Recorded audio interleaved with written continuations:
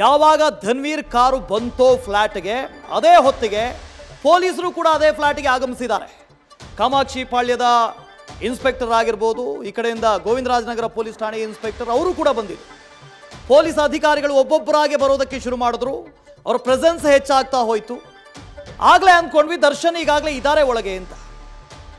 So ಈಗ ಅಧಿಕೃತವಾಗಿ ಕೊಲೆ ಆರೋಪಿ ನಟ ದರ್ಶನ್ ಅವರನ್ನ ಅರೆಸ್ಟ್ ಮಾಡಲಾಗಿದೆ. ಅಲ್ಲಿಂದ ನೇರವಾಗಿ ಅನ್ನಪೂರ್ಣೇಶ್ವರಿ ನಗರ ಪೊಲೀಸ್ ಠಾಣೆಗೆ ಕರ್ಕೊಂಡು ಹೋಗ್ತಾರೆ. ಅಲ್ಲಿ 4 ಜನ ಈಗಾಗಲೇ ಇದ್ದಾರೆ. ಇವರು 5 ಆಗ್ತಾರೆ, ಇನ್ನಿಬ್ಬರು ಚಿತ್ರದುರ್ಗದಿಂದ ಬರಬೇಕು. ವಿಜಯಲಕ್ಷ್ಮಿ ಫ್ಲಾಟ್ನಲ್ಲಿ ದರ್ಶನ್ ಅವರನ್ನ ಬಂಧಿಸಲಾಗಿದೆ. RR ನಗರದ ದರ್ಶನ್ ಅವರ ನಿವಾಸದಿಂದ ಆಗಲೇ ಅವರ ಬಟ್ಟೆ ಬರೆ ಎಲ್ಲ ಗಂಟು ಮೂಟೆ ಕಟ್ಕೊಂಡು ಸೂಟ್ಗೆ ಸಮೇತ ಅವರ ಬಾಮೈದ ಬಂದಿದ್ರು. ಅವರು ನೇರವಾಗಿ ಬಂದಿದ್ದು ವಿಜಯಲಕ್ಷ್ಮಿ ಅವರ ಫ್ಲಾಟ್ಗೆ.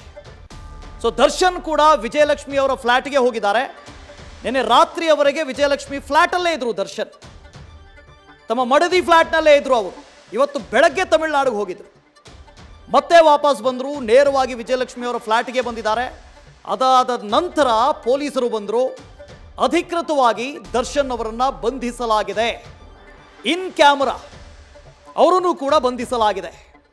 ಈ ಹಿಂದೆ ಪವಿತ್ರ ಗೌಡ ಅವರನ್ನು ಹೇಗೆ ಬಂಧಿಸಿದ್ರೋ ಅದೇ ಪ್ರಕ್ರಿಯೆಗಳು ಇಲ್ಲೂ ಕೂಡ ದರ್ಶನ್ ಅವರನ್ನೂ ಬಂಧಿಸಿ ಇನ್ನೇನು ಆ ಫ್ಲ್ಯಾಟ್ನಿಂದ ಹೊರಗಡೆ ಕರ್ಕೊಂಡು ಬರ್ತಾರೆ.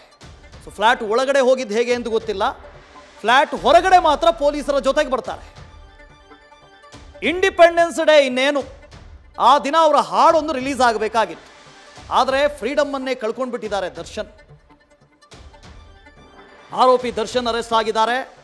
ವಿಜಯಲಕ್ಷ್ಮಿ ಫ್ಲ್ಯಾಟ್ನಲ್ಲಿ ದರ್ಶನ್ ಅವರನ್ನ ಬಂಧಿಸಲಾಗಿದೆ. ಅಲ್ಲಿಂದ ನೇರವಾಗಿ ಅವರನ್ನ ಅನ್ನಪೂರ್ಣೇಶ್ವರಿ ನಗರ ಪೊಲೀಸ್ ಠಾಣೆಗೆ ಕರ್ಕೊಂಡು ಹೋಗ್ತಾರೆ. ಅಲ್ಲಿ ಅವರ ಸಹಪಾಠಿಗಳು ಕಾಯ್ತಾ ಇದ್ದಾರೆ. ದರ್ಶನ್ ಅವರು ಬರಬೇಕು, ಮೆಡಿಕಲ್ ಎಕ್ಸಾಮಿನೇಷನ್ ಅವ್ರದ್ದು ಆಗ್ತಾ ಇದೆ, ಇವ್ರದ್ದು ಆಗಬೇಕು. ಅದಾದ ನಂತರ 7 ಜನರನ್ನ ಜೊತೆಯಾಗಿ ನ್ಯಾಯಾಲಯದ ಮುಂದೆ ಹಾಜರುಪಡಿಸುವಂಥ ಸಾಧ್ಯತೆ ಇದೆ. ಅಲ್ಲಿಂದ ನೇರವಾಗಿ ಪರಪ್ಪನ ಅಗ್ರಹಾರ. ವಿಜಯಲಕ್ಷ್ಮಿ ಫ್ಲ್ಯಾಟ್ನಲ್ಲೇ ದರ್ಶನ್ನ ಬಂಧನ ಮಾಡಲಾಗಿದೆ. ಹೊಸಕೆರೆ ಹಳ್ಳಿಯಲ್ಲಿರುವಂತಹ ಫ್ಲ್ಯಾಟ್ನಲ್ಲಿ ಬಂಧಿಸಿದ್ದಾರೆ. ಗೊತ್ತಿಲ್ಲ ದರ್ಶನ್ ನಿಜಕ್ಕೂ ಚೆನ್ನೈಗೆ ಹೋಗಿದ್ರಾ, ತಮಿಳುನಾಡಿಗೆ ಹೋಗಿದ್ರಾ? ಆ 2 ಕಾರ್ಗಳಲ್ಲಿ ಎಲ್ಲಿ ಟೋಲ್ ಪ್ಲಾಜಾದಲ್ಲಿ ನಮಗೆ ಕಾಣಿಸ್ತಲ್ಲ CC ಕ್ಯಾಮ್ರಾದಲ್ಲಿ, ಆ ಕಾರ್ನ ಒಳಗಡೆ ದರ್ಶನ್ ಕಾಣಿಸಿರಲಿಲ್ಲ. ಹೋಗಿದ್ದಾರೆ ಅನ್ನೋ ಮಾಹಿತಿ ಮಾತ್ರ ಇತ್ತು ಅಷ್ಟೇ. ಸೊ 2 ಪಾಸಿಬಿಲಿಟಿ ಇದೆ. ಅವರು ಹೋಗಿರಲೂಬಹುದು, ಆ ನಂತರ ಅವರು ಯಾರೂ ಕಾಣಿಸ್ದಂತೆ ಒಳಗಡೆ ಬಂದಿರಲೂಬಹುದು, ಆ ನಂತರ ಪೊಲೀಸರು ಅವ್ರನ್ನ ಅರೆಸ್ಟ್ ಮಾಡಿರಲೂಬಹುದು.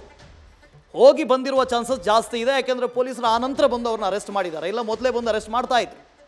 ಸೊ ಹೊಸಕೆರೆ ಹಳ್ಳಿಯಲ್ಲಿರುವಂಥ ಫ್ಲ್ಯಾಟ್ನಲ್ಲಿ ದರ್ಶನ್ ಅವರನ್ನ ಪೊಲೀಸರು ಬಂಧಿಸಿದ್ದಾರೆ. ಫ್ರೀಡಮ್ ಕಳ್ಕೊಂಡಿದ್ದಾರೆ. ಕೊಲೆ ಆರೋಪಿ ದರ್ಶನ್ ಇದ್ರೆ ನೆಮ್ಮದಿಯಾಗಿರಬೇಕು ಅಂತ ಹೇಳ್ತಾ ಇದ್ರು. ಆ ನೆಮ್ಮದಿಯನ್ನೇ ಕಳ್ಕೊಂಡ್ಬಿಟ್ಟಿದ್ದಾರೆ, ಫ್ರೀಡಮನ್ನೇ ಕಳ್ಕೊಂಡ್ಬಿಟ್ಟಿದ್ದಾರೆ. ಇದ್ರೆ ನೆಮ್ಮದಿಯಾಗಿರಬೇಕು ಆ ಸಾಂಗು ಇಂಡಿಪೆಂಡೆನ್ಸ್ ಡೇಗೆ ರಿಲೀಸು.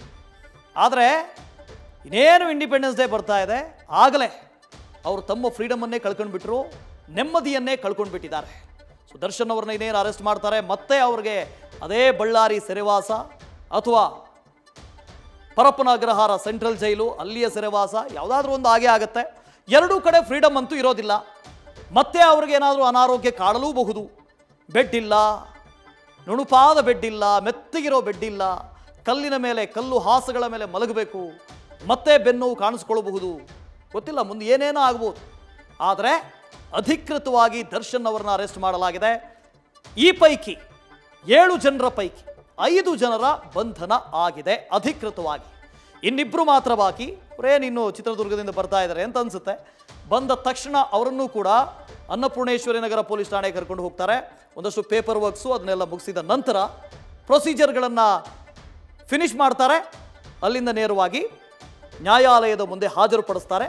ಇವತ್ತೇ ಅವರನ್ನು ಪರಪ್ಪನ ಅಗ್ರಹಾರ ಜೈಲಿಗೆ ಕರ್ಕೊಂಡು ಹೋಗಿ ಅಲ್ಲಿಂದ ಶಿಫ್ಟ್ ಮಾಡ್ತಾರೋ ಬೇರೆ ಬೇರೆ ಕಡೆಗೆ, ಅಥವಾ ಅಲ್ಲಿಗೆ ಸೇರಿಸ್ತಾರೋ ಏನು ಅಂತ ನೋಡಬೇಕು. ನ್ಯೂಸ್ ಫಸ್ಟ್ ನಿರ್ಭೀತಿಯಿಂದ ನಿಮ್ಮ ಪರವಾಗಿ.